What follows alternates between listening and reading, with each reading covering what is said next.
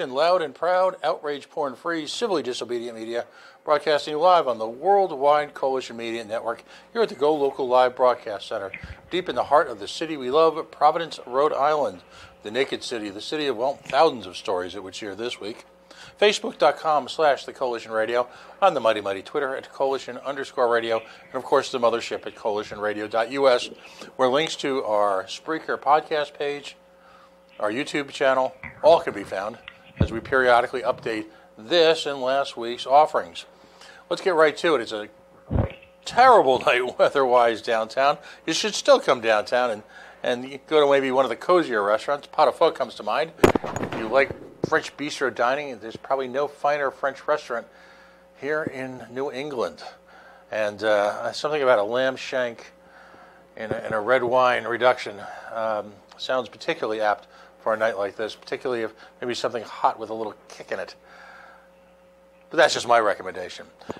So let's get right to it. As we often are blessed, folks from the Goldwater Institute join us periodically to talk about some of the research, the topics, the news of the day that they've been covering.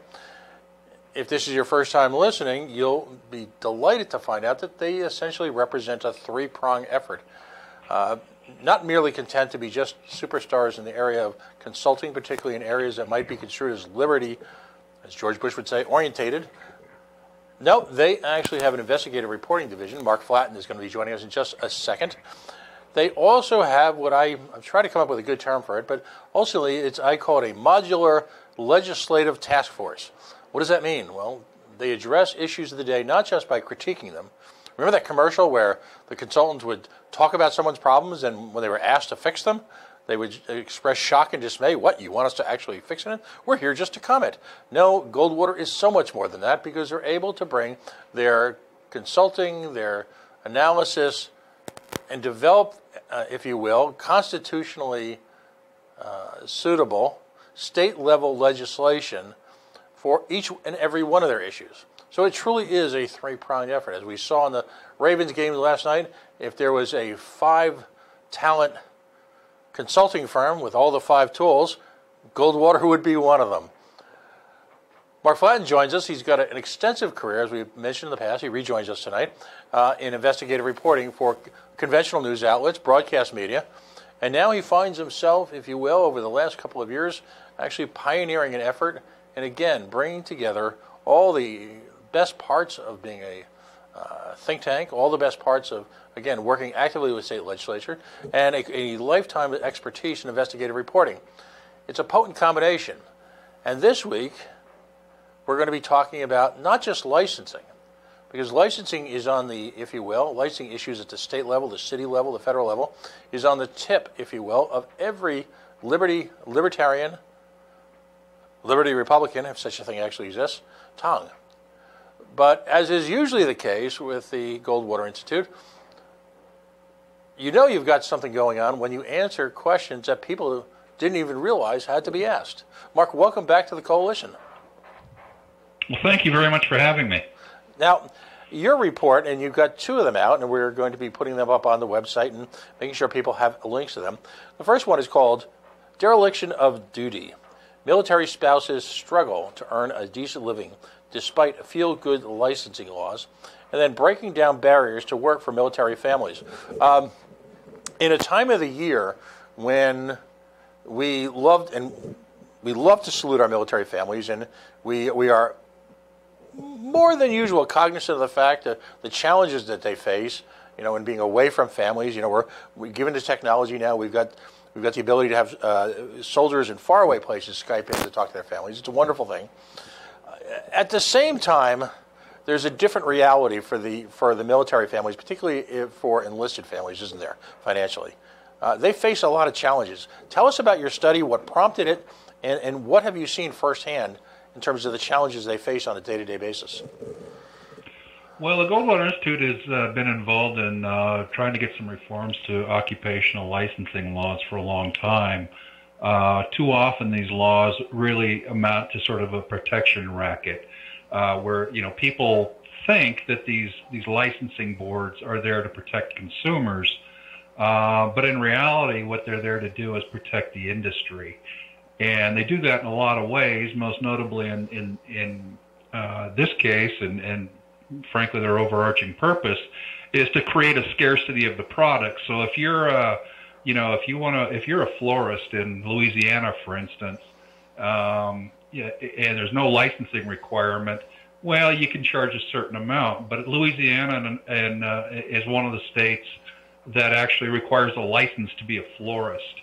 And what that does is that creates a scarcity of supply, and that ends up driving up costs. And I use florist because that's just kind of a nonsensical example, but that's really how most of these licensing laws work. Now, certainly there are some basic health and safety licensing requirements, doctors, nurses, things like that. But it's astounding the number of different licenses that the various states have. There's roughly 10,000 individual licenses. About a quarter of the workforce requires a license. And when we get to military families, it's particularly difficult because if they're deployed domestically, I mean, we all understand the problems of military life, up to and including the possibility that your loved one may not come home. But just in the more routine deployment within the United States, many of these people are married to spouses who are in licensed profession. About a third of military spouses are in licensed profession. And if they're on a domestic deployment, typically they move around every couple of years. So they might be in Arizona, now, but 2 or 3 years from now, they're most likely going to be transferred to Georgia or Florida or California or some other place. The problem comes in is that if you're in a licensed profession, every time you move to a new state, you got to get a new license. So that means that you can't just go to work there. You've got to go to the board. You've got to fill out their paperwork. You've got to go through the background checks. You've got to take their tests if they have them. And that takes 6 months, a year. Finally, you get your license. Then you can start going out and looking for a job. Let's say it takes you a month or two to get a job. Well, you're already halfway through your deployment. And so when you get a lot of these highly skilled professions like nursing, it just becomes almost impossible to maintain a career, because by the time you get your new license in a new state, it's about time to move again. Yeah, and so let's break this down step by step. I mean, you've got, particularly amongst living enlisted men and women in the service, we're not talking about wealthy people, are we? I mean, a range of... No, they do not make I mean, you're not going to get rich in the military. I think we all understand that. Right. And so very often, and yet, on a... How can I put this delicately? For many of those folks, a significant part of their general childbearing family years, if you will, from the time they're in their early 20s to their early 30s, you're talking about, in I hate to say this, but not far above subsistence wage payments. So very often that second income is critical, not just to a lifestyle, but sometimes, I mean, we're talking about survival, being able to live if in fact you've got children and a family. So we all understand the ludicrous nature of invasive licensing fees. We've seen this firsthand. Particularly, there are states now where folks are realizing that it takes longer to get a cosmetology degree and license than it does to serve in your community's police force. Oh, absolutely. I mean, some states require something like 2,500 hours of education to get to cut hair, and that's more than emergency medical technicians and paramedics. Right, and talk about reciprocity, because one would think, particularly where it becomes nonsensical, that you would have reciprocity across states. But I mean, I'll use an example here in Rhode Island, which is one of the more egregious offenders, and yet there's, by New England standards, a significant military presence here, both enlisted and officers. You've got, here's a perfect example. My minister's ex-husband, you can digest that separately, a wonderful guy, held a master's electrician's license in Maine. He was a 20-plus year member of the United States Navy, where he trained.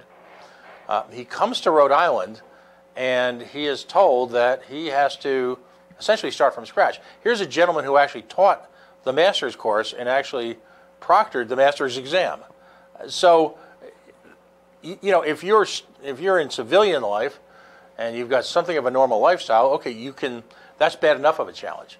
But I mean, is there an approximation of the average cost to some of these licenses, and what happened? What have you found, both statistically and anecdotally, happens to these families as a result of this? Well, the cost and the what people continually called it, the people I talked to, is the hoops. Multiple people I talked to brought up the hoops, and the hoops are different for different professions. The consequence is, in many cases, the spouse is actually the primary moneymaker because, partly because military pay is so low, but also partly because these military spouses tend to be very well educated and trained. I think I mentioned earlier about a fourth of the U.S. Labor force is in licensed profession. It's actually about a third for military spouses, and over half of those are in basically the healthcare industry. So these are highly trained professionals. One of the people I talked to, the story that just really galvanized this for me is a lady named Debbie Chapman. She's an open heart intensive care unit nurse. She has been since 1992. So she knows her stuff. I mean, she's not, she's not an amateur by any means. And of course, that's a very highly skilled, life at death, and frankly, fairly well paying career. Her husband, who she married after she got into that profession, he recently retired from the Army. He was an explosive ordnance specialist. So this is the guy that we sent to Afghanistan and Iraq to defuse these IEDs that were killing American service people. And yet, every time they moved when they were on a domestic deployment, every time they moved, she said, I could not get the licensing to work. It would take too much time and too much money, and then we'd be moving again. And actually, the nursing profession is one of the better ones because they've got this called a nurse licensure compact, where most states have agreed that, at least on paper, we'll accept your credentials. But there's a lot of hoops that still have to be jumped through. They have to, like for instance, I talked to one nurse who moved from I think Oklahoma to Florida. Both of them were in the compact, so they should have been able to just boom, hit the ground running. But unfortunately, you couldn't apply for the Florida license till you were actually a resident of Florida. So even when you have these agreements in place, they don't always work. And that was actually one of the most eye-opening parts of researching this story. Every state in the union claims to have military-friendly policies, and 48 states, I believe, have laws specifically saying we will have, there is a law in our books to accommodate military spouses. But we find out is these laws don't work. That's why the title of the story uses the phrase "feel good." They pass these feel good laws to say, oh yeah, if you come to our state and you're a military spouse, you can hit the ground running. But the reality is you can't, because a lot of these boards either are ignorant of the law or they just sort of arrogantly refuse to follow the law. Now, is this stretching? We obviously know on a local basis this can be difficult. On a state basis, it can be difficult. What impact on this does this have federally? I mean, well, there actually are relatively few federal licenses. They tend to be in fields like aviation and maritime professions, things like that. Most of the big offenders are at the state level. And it varies by state. I mean, some states have, like for instance, I believe it's Delaware, has something like 72 different licenses for a teacher. Many states just have, if you want to be a school teacher there, you go and you get your license as a teacher. I believe it's Delaware. I could be mistaken on that. But, they have 70 some different licenses just to be a school teacher. And so, when you're put yourself in the position of a military spouse. Your spouse is being redeployed to a new state. you've done your best to build a successful career, given that you move every 2 or 3 years. You get to the new state, you wind up there, and you come to find out that now you got to figure out which of these 72 licenses it is Delaware, I believe they have 87 different licenses for teachers. You got to stop and figure out, well, okay, I want to teach social studies in junior high. I mean, what license do I need here? Right. It's just nonsensical. I mean, one state's you have to be licensed to be a chimney sweep. And another state, you got to have a occupational license to shoe horses. Right. Now, and again, you're right. It's all based in anti-competitive behavior. Here in Rhode Island, we had a situation a couple of years ago where there was an attempt to simplify hair braiding, because hair braiding has become a cause celeb, if you will, in the liberty movement, because quite frankly, hair braiding is an activity that can reach into lower income communities, and some of it is ethnically based, but it's a step up, much like the food business is for certain folks in minority and marginalized communities. So you had this reaction from the quote-unquote establishment, hair/cosmetology, community, where folks literally who consider themselves conservative, quote-unquote, who consider themselves small government, said, we work to get these certifications. This is how we support ourselves. Code words for this is how we, don't open up wild competition, across all barriers. Now, the results of this are staggering, aren't they? In a read of your report, there's something like 13% unemployment rate, if you will, nationally, amongst military spouses. Now, that's what, 3 to 4? That's the official rate. Right. That is the official Department of Labor unemployment rate. Mm-hmm. The Department of Defense actually does regular surveys of military spouses, and what they report is that the actual unemployment rate, according to the Department of Defense surveys, is actually closer to 24%. And part of the reason of that is if you move to a new state and it takes you 6 months to get a license, well, you're not looking for a job. And the Department of Labor statistics says, well, you got to be looking for a job.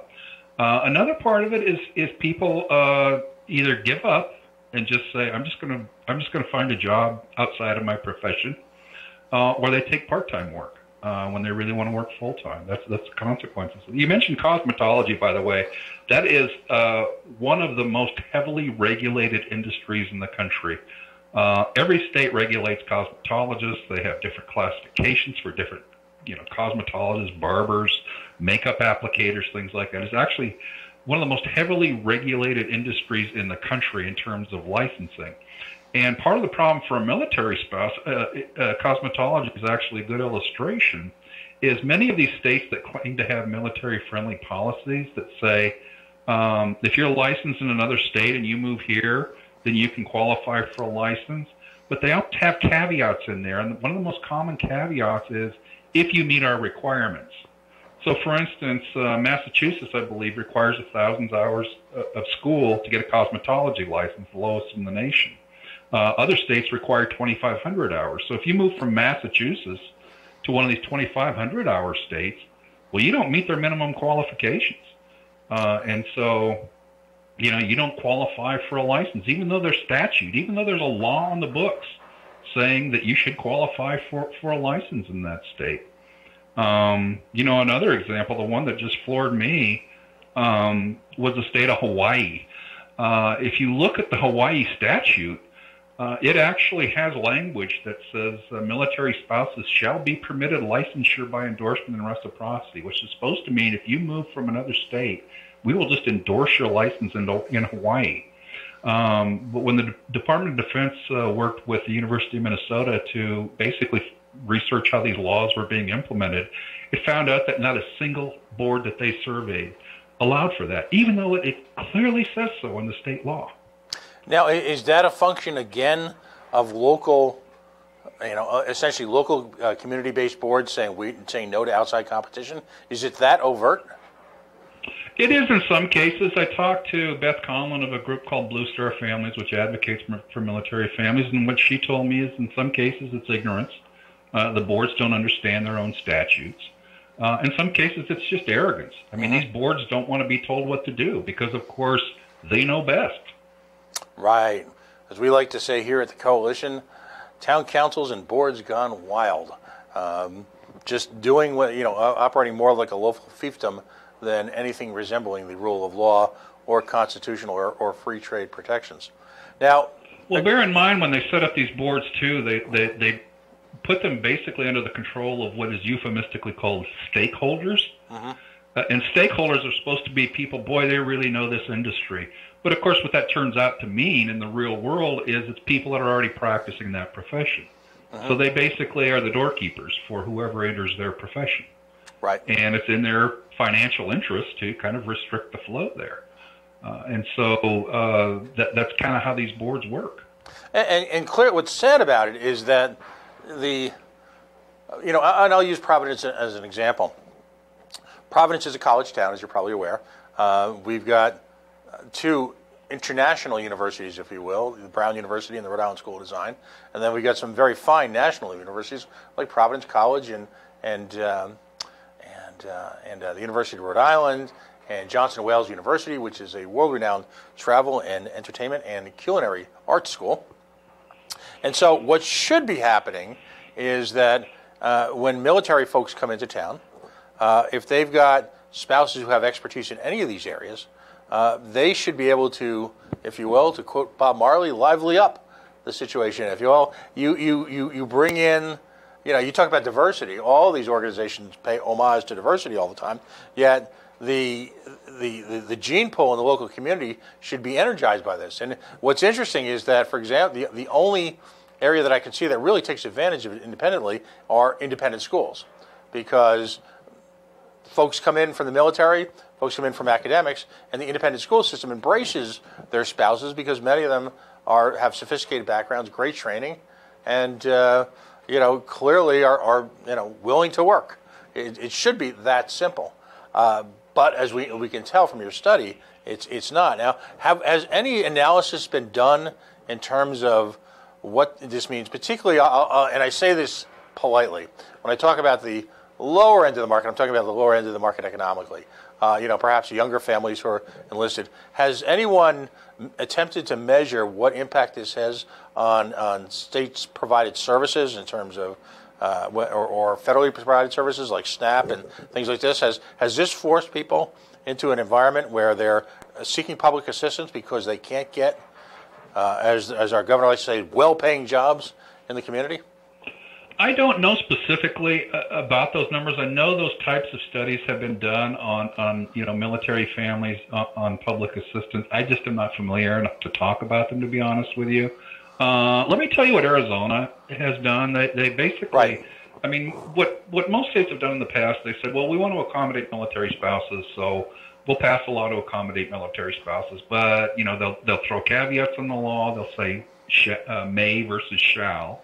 This board may grant a reciprocal license, and the boards fail to implement them, and it just becomes this big nightmare. So what they finally did in Arizona earlier this year is they passed a law that says, look, if you're licensed in another state for the previous year with no problems, then you will qualify for the Arizona license. And the reason they did that was it takes out all these caveats and hoops and everything else.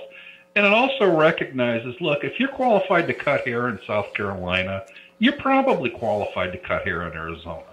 And so it takes that into account. And it also takes into account that in the professions that I think most people think do require a higher degree of regulation, particularly in the healthcare field, most of those have national accrediting organizations.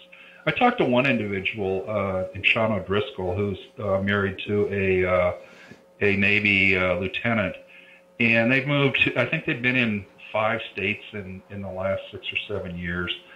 And he's an emergency medical technician. He's had to take the exact same national standards test 6 times. Wow. In the last 6 or 7 years. And in fact, one state required him to take it twice. So that's the kind of nonsense that you run up against. And so that's why in Arizona they just said, look, if you're If you're licensed in another state in good standing for the last year, we'll accept that. We'll accept that a heart attack in New Hampshire is not any different than a heart attack in Arizona. And if you're an EMT and you show up at the scene, we figure if you can save that guy in New Hampshire, you can probably save the guy in Arizona. Seems commonsensical, doesn't it? Well, yeah, but you got to remember these are I did a story a couple of years ago looking at not just at military spouses, but at the licensing stuff in general, and I ended up calling that story "protection racket" because this is not about protecting the public in many of these professions. It's about protecting the industry. And again, this is area that's in terms of I'll call it private accreditation. It's clear to me that at this point in time that the private accreditation organizations that dot the United States, whether it be medical, whether it be manufacturing, whether it be quality control, have grown leaps and bounds in terms of their sophistication and, as importantly, their ability to disseminate information, out to the greater public, which makes their embrace by a member that much more important. It strikes me that the government's focus anytime on giving accreditations or licensing is so narrowly focused on the economic, and yet privately organizations are prospering, which allow the consumer to make simultaneously informed choices to a greater body of people who are affording competition based on numbers, but also competition based on skill levels. And so, as a libertarian, I've always argued for the private market to give accreditation and analysis because they're driven more, for lack of a better term, altruistically towards defining who's the very best at something, as opposed to a government organization which seems to be so easily coerced. But the real question. Well, the beauty of a private accreditation is if you take a profession like. Stick with the EMT example. I mean, right. They have their national standards. They say if you can do these tasks and you have this knowledge, then you are qualified to be an EMT. That's not going to change when you move across the border. You're not suddenly going to forget all of that. And so why not use that as a national standardized test? Even at that, some of these state licensing boards have managed to mess that up. And let me tell you how. I talked to one lady. She's a dentist. She graduated from dental school in Texas, and she took, I think it's called the Western Regional Exam Board, which is an accreditation school or test that is accepted in all but 12 states. But lo and behold, her husband got transferred to another state, one of the 12 states that does not accept that. So she had to go through that entire testing process again, just because they accepted a different accrediting school. Right. Now, so it just gets nonsensical. So let's look at Arizona then. I mean, my first question, just off the Arizona now has taken, through your analysis, possibly the most aggressive, freedom-friendly, market-friendly, military, spousal-friendly approach to this in the nation. Simultaneously, Arizona has led the way, if you will, in something completely unrelated, their form of ESAs, educational savings accounts, educational scholarship accounts. They've led the way in that. What is in the air or is in the water in Arizona where they're clearly willing to address these issues head on from clearly a completely different perspective than what we see here, for example, in Rhode Island? What's going on? Well, a lot of it's the political environment. I think a lot of it is sort of the cultural environment. Arizona, like a lot of Western states, it's always called a conservative state, but in a sense, it's much a libertarian state. It's not necessarily liberal or conservative. It's just kind of leave me alone kind of thing.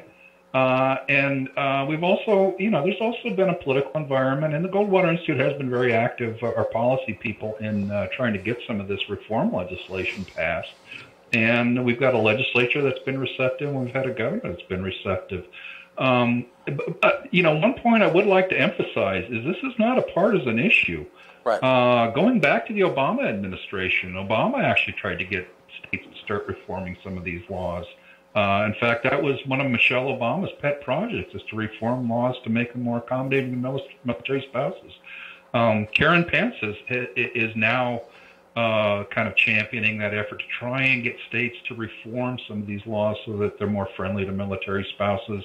And probably the thing that's going to get their attention the most is the Army, Navy, and Air Force secretaries have sent a letter to the National Governors Association saying, look, when we're deciding where we're going to put people, obviously, mission is our primary purpose. Right. But we're going to also consider other factors like how difficult you guys make it for a service member spouse to get a license in your state. And unfortunately, the state with the highest military population is California, and they are actually been the least receptive to reforming their laws.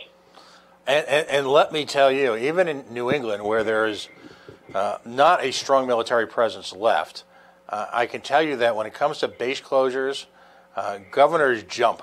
If we all remember Michael Dukakis, that regrettable picture in a tank. Years ago, I used to work for contractors at Hanscom Air Force Base, which is partners with, if you will, with MIT and Lincoln Labs. And at the time was after the Wright-Patterson Air Force Base in Dayton, Ohio, was the second strongest, if you will, Air Force research presence, I believe, on the planet. For Mr. Dukakis had chosen not to visit the base, I believe, during the entire term he was governor, just because, and by the way, anecdotally, the Kennedys were never really that involved until, lo and behold, folks were discussing base closures. And then, oh my God, because you understand that the amount of money, particularly through a research base, which is a function really more of local academia than it is military strategy, is based heavily on all of these conditions. So, that may be the one thing that wakes these people up, because clearly the American military is going to have to continue to go through periods of consolidation as the mission, quote unquote, changes. So, well, the military is also looking at this from a retention standpoint. I mean, if I'm, so many of the spouses I talk to, the story talks about this. I call it the my turn conversation, and most of the spouses I talk to said that they've either had that conversation with their spouse, or they kind of thought that and kept it to themselves.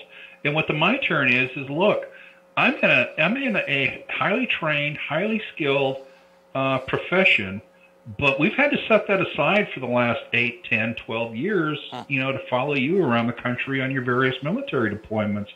At some point, the spouse starts saying, well, when's it going to be my turn? When are we going to, put your career secondary? And, of course, you can't.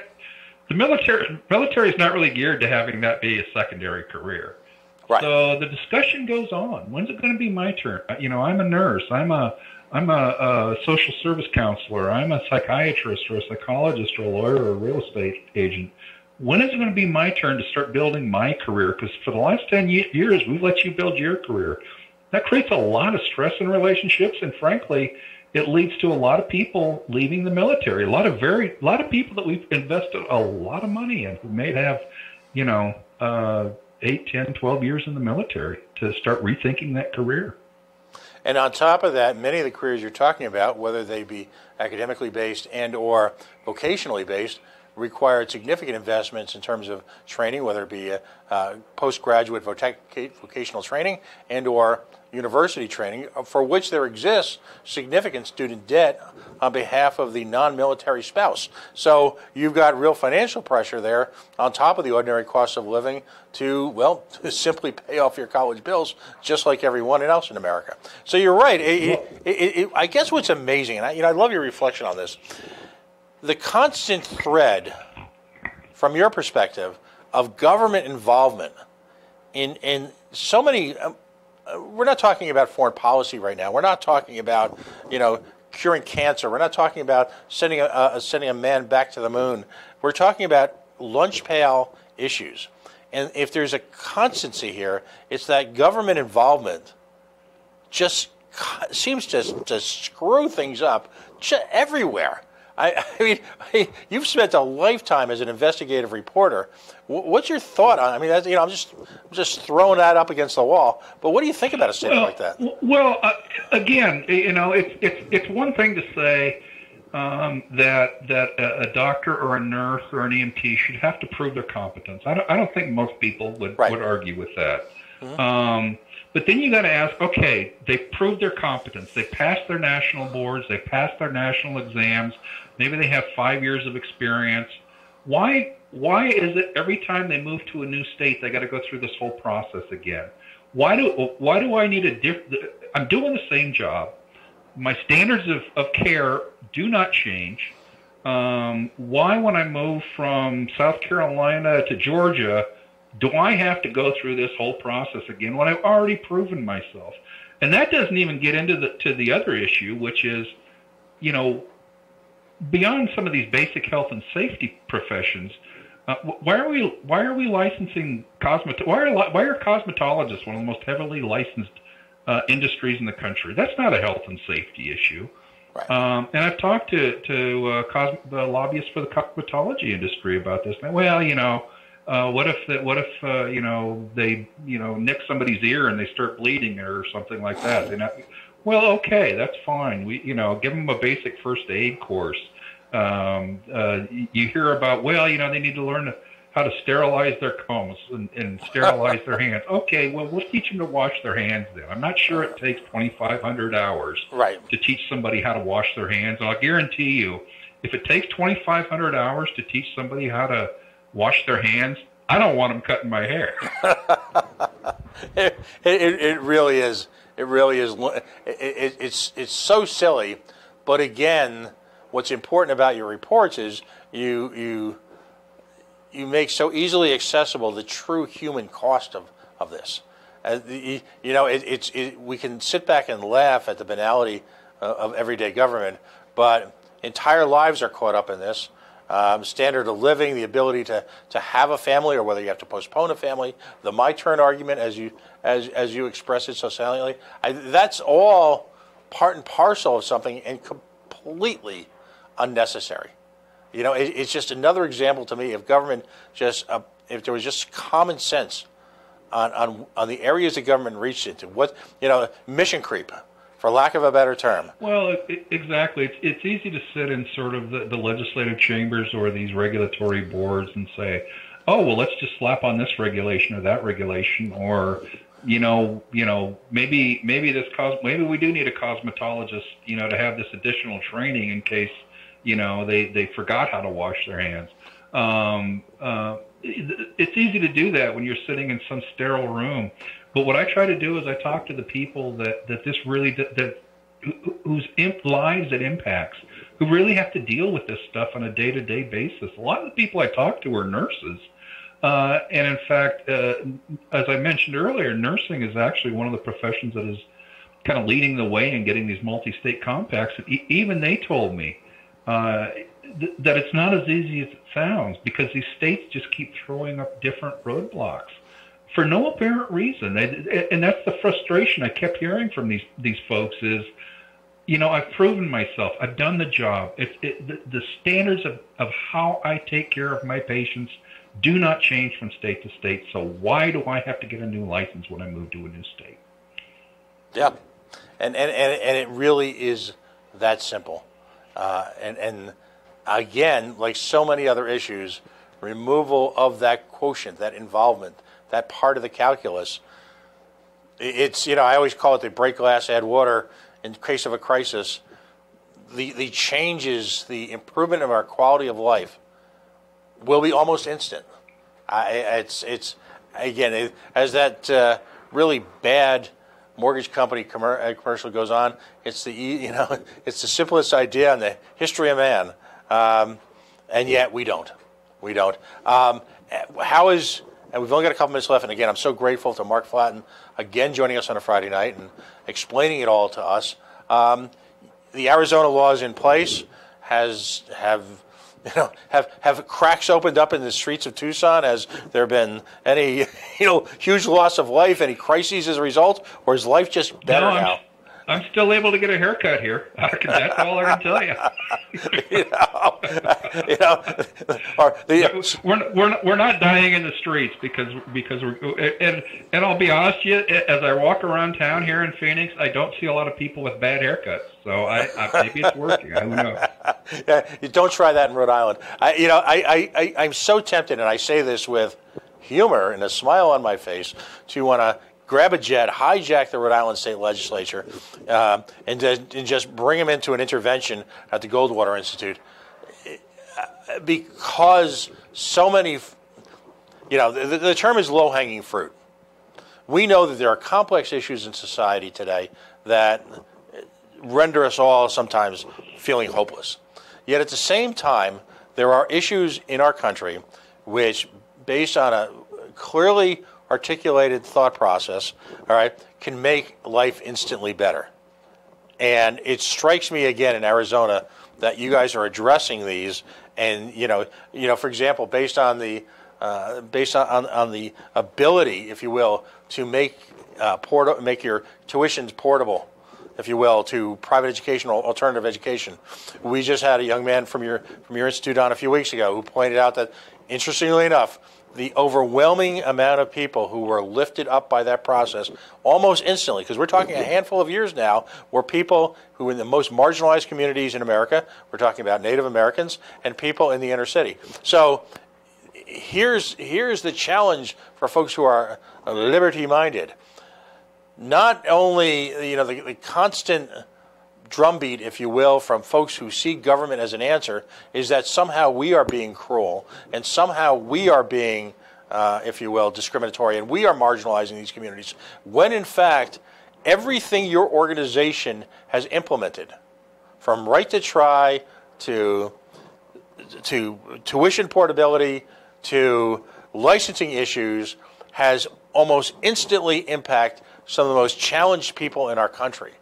And not only is that a record to be astoundingly proud of, it's also something that we just need to politely confront the intrusive liberal left on, because not only is there stuff not working, ours is.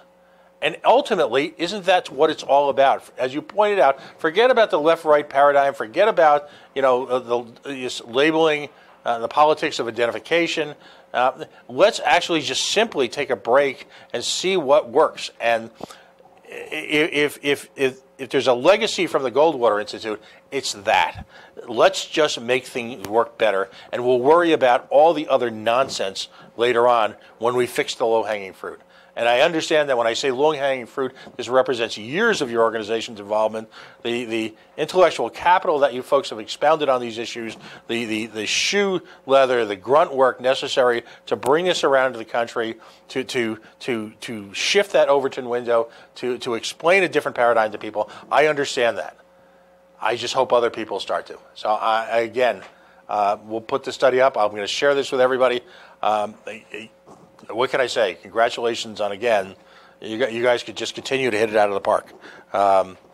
Again, please consider adopting Rhode Island as a state. Maybe we could be like a small county in Arizona. Yeah, most of our counties are bigger than Rhode Island. Yeah, I'm assuming that. So, what have you got coming up? Anything you're working on? Again, that what's in the headlights that you can tell us about, if yet? Well, we're also looking at additional issues involving state licensing. We're always looking at a variety of issues. But I actually, in the intro, you had mentioned that you can't solve a problem until you identify it, and really that's what I try to do here at the Goldwater Institute, is identify the problems and let people know that these things that you may just kind of shrug off as sort of esoteric academic arguments aren't, because they affect the lives of real people, and they have consequences for real people. And as you say, most often when, the consequences fall very heavily on those that can't really afford to do much about it. Because if I have, piles of money, in my basement, I don't care if I have to spend a few $1,000s to get my license renewed. But if I'm a military family struggling on an enlisted man's payroll, a paycheck, and I might be a highly skilled, highly trained professional, a nurse, a dentist, mental health counselor, and I can't put that to work. I can't help support my family, not because I'm not capable and not because I'm not good at my job, but simply because I can't jump through these hoops that the state keeps throwing up every time I move. Right. There you go, folks. Again, thank you so much for joining us. I hope when you next week express to the folks at the Institute that there's a group out here in Rhode Island who profoundly admires what you folks accomplish, not just do, but accomplish. And I hope you'll have a wonderful holiday season and understanding that we face a lot of challenges in the Liberty Movement. And one of our themes this at the end of the year is to savor the victories. And you folks have had a wonderful year. You've accomplished so much. And take a moment, if you will. Sometimes somebody outside your group may need to say this. Savor the victories. Savor what you've accomplished. Savor the changes you've made. I know firsthand what it's like to have this whack-a-mole environment where just every day some of the same issues just, redux and redux and redux. So have a wonderful holiday. And again, thank you so much for joining us. Well, thank you very much for having me. All right. Mark Flatten, he is the Dean of Investigative Reporting at your Goldwater Institute. Listen, folks, we've provided links constantly for this organization. This should be one of those pages that you bookmark. They are at a rare point in the collaboration between, if you will, the academic, the empirical, and activism. And it's pretty astonishing stuff. We're going to take a quick break right now. We're going to try and get Hannah Cox on the line. As usual, we're running late, but I can't help myself when folks like Mark come on the line. Hannah, of course, is with Conservatives Concerned Against the Death Penalty, and it's been a pretty interesting week if you inhabit that space, I got to believe. Folks, we are the Coalition, loud and proud, outrage porn-free, civilly disobedient media, broadcasting live on the Worldwide Coalition Network, Facebook.com/The Coalition Radio, on the Mighty Mighty Twitter at Coalition_radio, and of course, CoalitionRadio.us. Stay tuned. We'll be back in just a couple of moments. Thank you.